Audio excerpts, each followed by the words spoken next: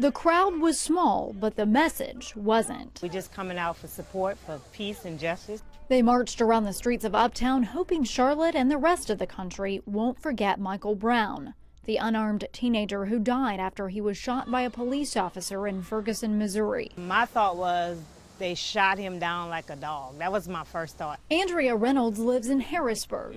She has a 19-year-old son who's close to Michael Brown's age. You're just afraid that your son may not come home, like Michael Brown and the other guys. So yes, I am afraid every time he leaves out. The rally was also to remember Jonathan Ferrell, the former football player who was shot and killed by a CMPD officer in Charlotte last year.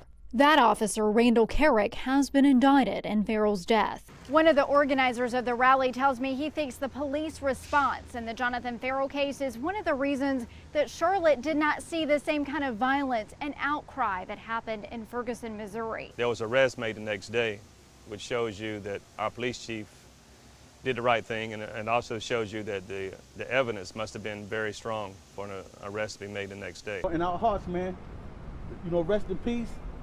Just say a little prayer for them, and we're gonna do it for 10 seconds now. Not only was it a time to reflect and remember, but a time to look ahead.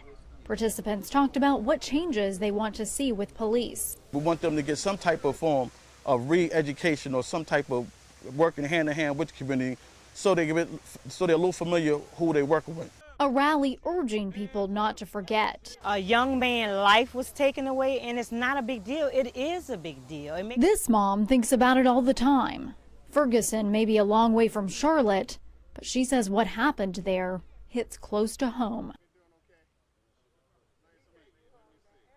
American commits a crime, he instantly becomes a criminal. Yeah. Not just